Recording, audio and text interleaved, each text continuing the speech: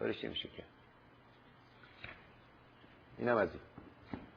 حالا میخوام برای شما، چون میخوایم رفته رفته در باب موسیقی صحبت کنیم و عنصر موسیقی در شعر حافظ، میخوام یک شاهکاری هم براتون بیارم از حضرت امام جعفر صادق. این رو بنویسید، یادداشت بفرمایید، با طلا بایستی نوشت و به دیوار آویخت.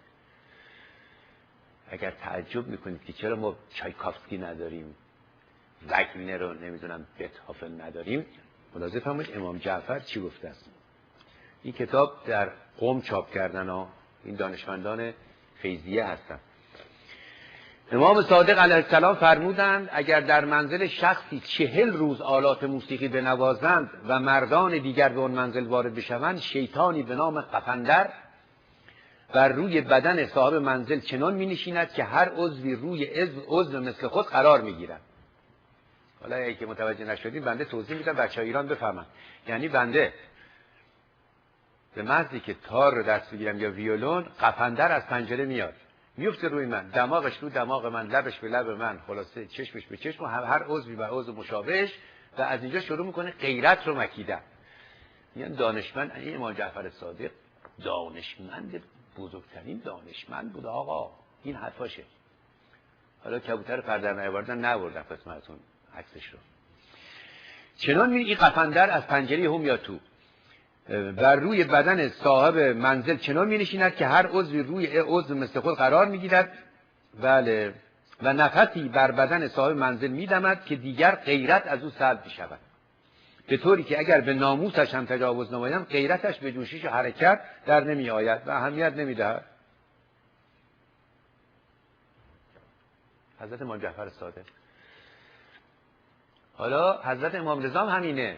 این بنده عرض کردم شانس بزرگ تاریخ این بود است که اینا به خلافت نرسیدن، اینا بودن این ذهنیت رو داشتن، در مقابل مأمون که هر روز صبح 2 ارکستر می آمدن و موسیقی می نواختن، حداقل 40 نفر که میگوید وقتی وارد شدن دیدم ارکستر ابن مسجع، یعنی فرمانده و کمپوزر ابن مسجع بوده، آهنگ‌ها رو می‌زدن، 40 نفر که عود می‌زدن چنون می‌زدن که گویی پیکری واحد بودن. این از 2 چیز حکایت میکنه. یکی این که موسیقی مونوفونیک بوده، یک ملودی رو می‌زدن و هارمونی وجود نداشته. یکی این که همنوازی به قدری زیبا بوده و محکم بوده که 40 عودنواز اونچنان می‌نواختن که گویی پیکری واحد بود. و بعد روزی که ابن مسجع، اگر اشتباه نکنم، فکر نمی‌کنم اشتباه کنم، رئیس ارکستر رهبر بود، میومد، اسحاق موسلی میومد اونجا که نقد بکنه،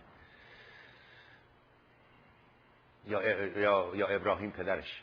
و روزی که ارکستر اسحاق میآمد، ابن مسجع میآمد که نقد بکنه، ایراد بگیره. یک همچین ذوقی داشت این مأمون و پدرش هارون.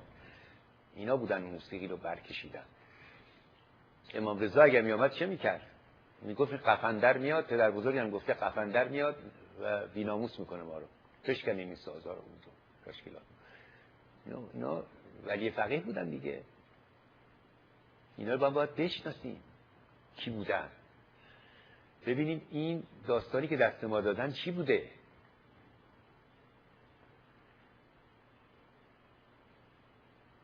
چه راحت ما خود رو باختیم.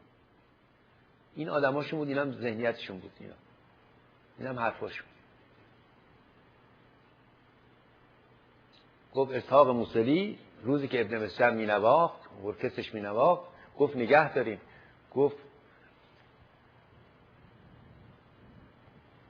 سیم دوم، البته سیم که اون روز نبود، روده بود، سیم دوم عود شماره 6 یک کمی از کوک خارجه، آوردن میگن درست میگه. اینا همه در عرض میکنم که الاغانی الکبیر گزارششون آمده و عقد الفرید تو کتاب مستطاب گزارش موسیقی کرده است و عرض میکنم موسیقی دانان و ترانه‌سرایان اون روزگار قدیم. و شانس همه بوده که گیر اینا نیفتن، ما گیر اینا افتادیم بعد از عرض میکنم که 1500. بفرمایید. اسلام و موسیقی در تاریخ